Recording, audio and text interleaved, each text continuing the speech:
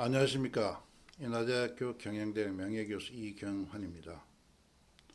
이번 시간에는 지난 시간에 이어서 파워의 생존 조건과 완전 기능국가 두 번째 시간으로서 그 주제는 파워의 수직적 성장과 생존 프로세스에 대해서 여러분과 함께 알아보기로 하겠습니다.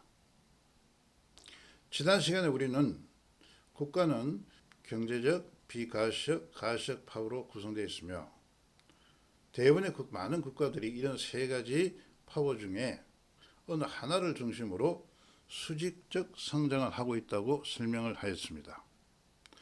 이번 시간에 먼저 이와 같은 파워의 수직적 성장의 예를 통해서 같이 한번 살펴보기로 하겠습니다. 예를 보게 되면은 미국은 정치, 사회, 군사, 문화와 같은 많은 파워들이 경제적 파워에 귀속이 되고 있다 하는 것입니다. 다시 말씀드리면 미국은 경제적 파워가 중심이 돼서 다른 파워들이 귀속하고 있는 이런 나라의 구조를 갖고 있습니다. 이에 비해서 영국은 바로 군사적, 경제적, 문화적, 정치적 엘리트는 모두 영국 왕실에 귀속해서 왕실을 중심으로 파워의 수직적 성장을 만들어내고 있습니다. 또 인도는 여러분 아시다시피 종교적 권력, 즉 카스트 제도를 중심으로 이런 종교적 권력이 지배적 권력으로 작용하고 나머지 대부분의 파워는 이러한 종교적 파워에 귀속이 되어 있다 하는 것입니다. 즉 인도는 바로 이 종교적 파워가 바로 지배적 파워로 작용하고 있습니다. 중국은 중화 사상이, 미국은 또한 미국 우월주의가, 한국의 경우는 민족 우월주의가, 아랍 세계는 종교가, 유럽은 문화 각각 귀속 대상이 되는 이러한 파워로 작용하고 있습니다. 따라서 우리가 알다시피 좀 전에 설명드린 것 같이 각 나라들, 미국이나 영국이나 인도 또는 중국, 한국 이와 같은 나라들은 그 나라의 특성이나 역사성에 따라서 지배적인 파워가 다르고 이 지배적인 파워를 중심으로 다른 파워가 귀속하고 있다는 것을 알아볼 수가 있습니다.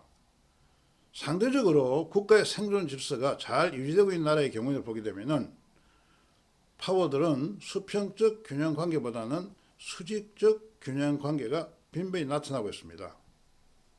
예를 보게 되면 미국과 인도의 경우 한두 개 부문의 파워가 지배적 파워가 되고 나머지 파워는 이런 파워에 귀속되고 있습니다.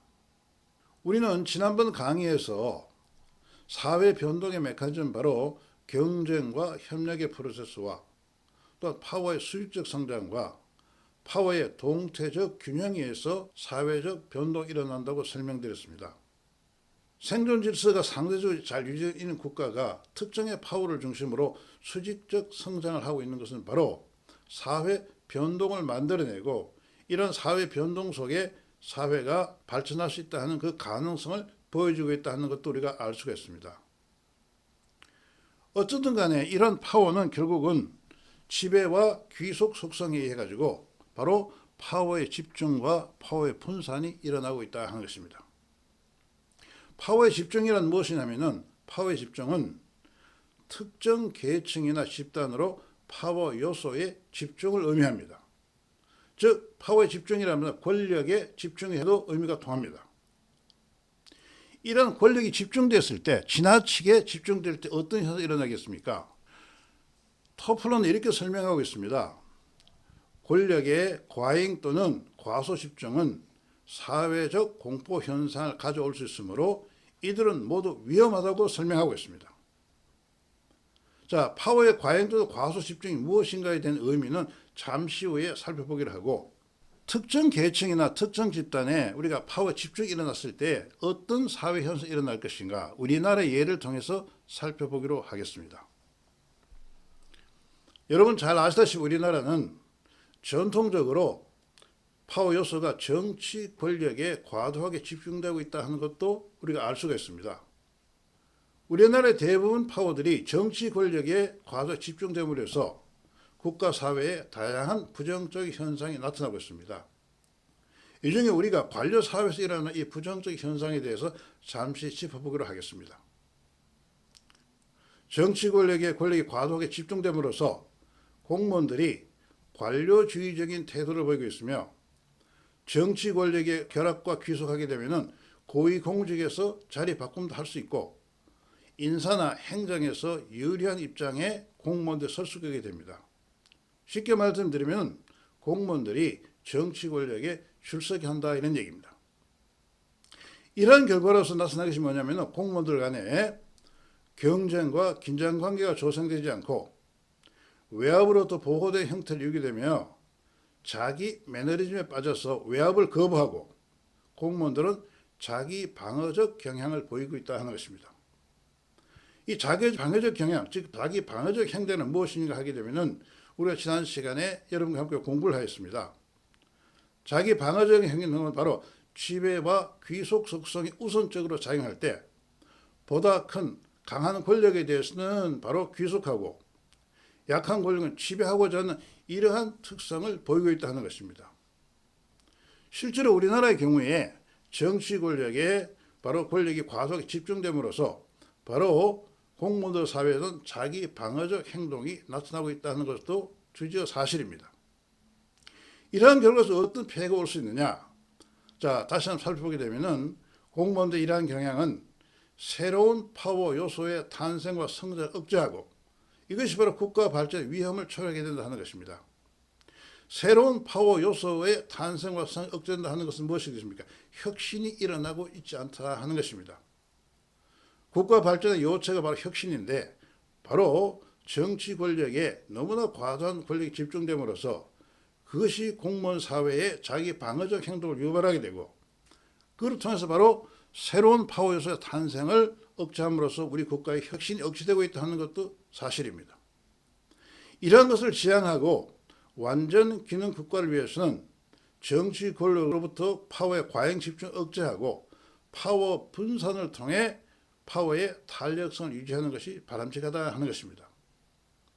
파워 분산이란 뭐냐? 바로 파워의 집중에 상대되는 그러한 개념입니다. 파워 분산은 밑에 나오는 바와 같이 파워 핵의 주변부나 특정 집단으로 파워 요소의 분산을 의미하는 것입니다. 파워 핵이 파워 요소를 그 주변부나 또는 특정 집단으로 분산할 경우 이들은 자신의 이해관계와 가치에 따라 정체성을 가진 하위 조직으로 발전한다는 것입니다. 파워가 분산하면 분산할수록 그 하위 조직은 자기 정체성에 따르는 새로운 파워 요소를 만들어내고 이 파워 요소를 통해서 이들은 바로 자신의 욕구를 충족할 수가 있습니다. 이런 결과로 인해서 파워 분산은 하위 조직에 하여금 다양성을 충족시킬 뿐만 아니라 새로운 파워의 탄생과 성장에 크게 기여할 수 있는 이러한 조직 구조, 즉 국가 구조를 만들어낼 수가 있습니다. 자, 그렇다면 우리는 파워 분산이 좋으냐, 그냥 파워 집중이 좋으냐 하는 것입니다. 여기도 우리가 의의를 제기할 수가 있습니다. 왜냐하면 파워의 지나친 분산은 바로 파워의 수직적 성장을 저해한다 했습니다. 우리가 조금 전에 설명드렸듯이 파워의 수직적 성장은 변화를 만들어내고 새로운 혁신을 유발한다 했습니다.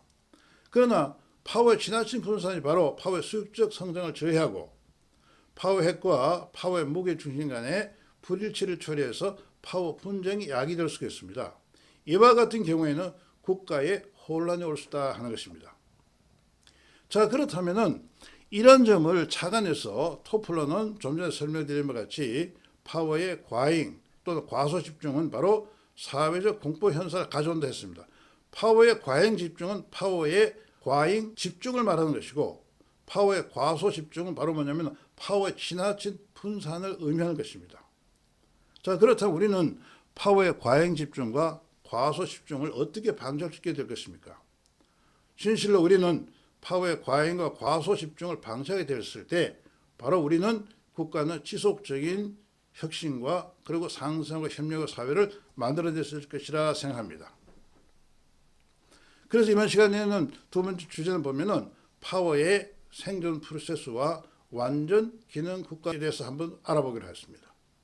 파워의 생존 프로세스라는 말은 뭐냐면 파워의 과잉 집중과 파워의 과소 집중을 방지하는 그런 프로세스를 말하는 것입니다.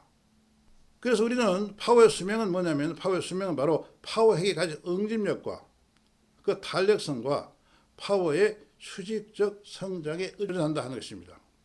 좀 더 설명을 해드리보면 파워핵의 응집력이라는 것은 파워핵을 구성하는 파워 주체들 간의 욕구가 만족된 정도입니다. 우리가 지난 시간에 설명드렸듯이 사람들이 파워를 창출하는 것은 자신의 욕구를 충족시켜서 파워를 만들어낸다 했습니다. 따라서 파워핵을 구성하는 그 사람들 간의 욕구가 만족될수록 파워핵의 응집력은 점점 더 강해집니다. 파워핵의 탄력성은 뭐냐면 바로 파워의 다소 속성의 활성화 수준입니다. 우리가 좀 전에 설명드린 것 같이 파워의 다소 속성이 능률적이나 동시다발적으로 작용하면 완전 기능하는 그러한 파워가 되는 것이죠. 따라서 파워의 탄력성은 파워와 다소 속성의 완전 기능하는 수준을 의미하는 것입니다. 또 위계적 질서는 뭐냐? 파워의 수직적 성장을 의미합니다. 여러 번 강조드렸지만도 파워의 수평적 성장은 파워의 수직적 성장보다 위험하다 하는 것을 설명할 수가 있습니다.